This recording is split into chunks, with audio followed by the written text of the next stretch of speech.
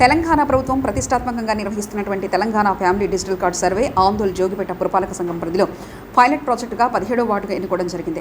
అందులో భాగంగా జిల్లా కలెక్టర్ 2 టీంలను ఏర్పాటు చేసి నోడల్ ఆఫీసర్గా ఆర్డీఓను నియమించారు. ఈరోజు 2 టీంలు 17వ వార్డులో ఫ్యామిలీ బేస్ డేటా ఆధారంగా ఇంటింటి సర్వే వార్డ్ కౌన్సిలర్ సి ఆకుల సత్యనారాయణ గారి ఆధ్వర్యంలో నిర్వహించడం జరిగింది.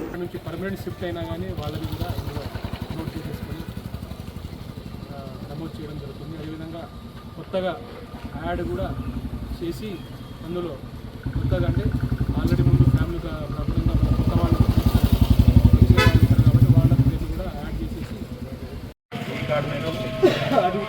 ఒకటి కార్డు వస్తుంది. రేపు స్కీమ్లు వస్తాయి అంత ఒక 6 స్కీమ్లు ఉన్నాయి. ఆ స్కీమ్లు అన్నీ నీ ద్వారా వస్తాయి. మెసేజ్ అంతా నీకే వస్తుంది. దేవుడే కొద్దిగా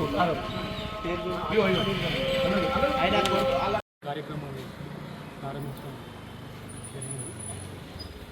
ఇందులో 164 హౌజెస్ ఉన్నాయి. ఆ ప్రతి హౌస్కి వెళ్ళి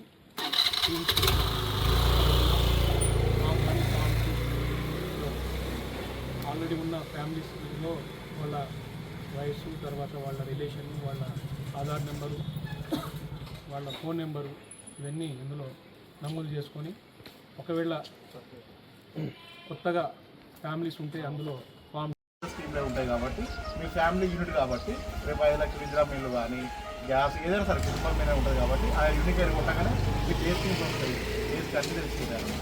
అట్లా మీకు రావడానికి కూడా ఈ కార్డు అనేది వెళ్ళిపోయింది. సార్ ఇప్పుడు ఈ కార్డు రేషన్ షాప్ పోయినా ఇదే కార్డు రేషన్కి సంబంధం లేదు. రేషన్కి సంబంధం లేదు.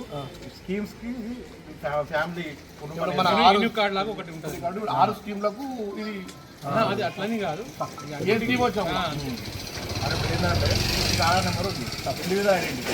ఇప్పుడేంది జనరల్గా మీకు ఆధార్ నెంబర్ ఉంది. ప్రతి కుటుంబంలో ప్రతి సభ్యునికి ఆధార్ నెంబర్ ఉన్నది. కానీ మన ఫ్యామిలీ మొత్తానికి కలిపి ఏం నెంబర్ యూనిక్ ఐడి నెంబర్ లేదు.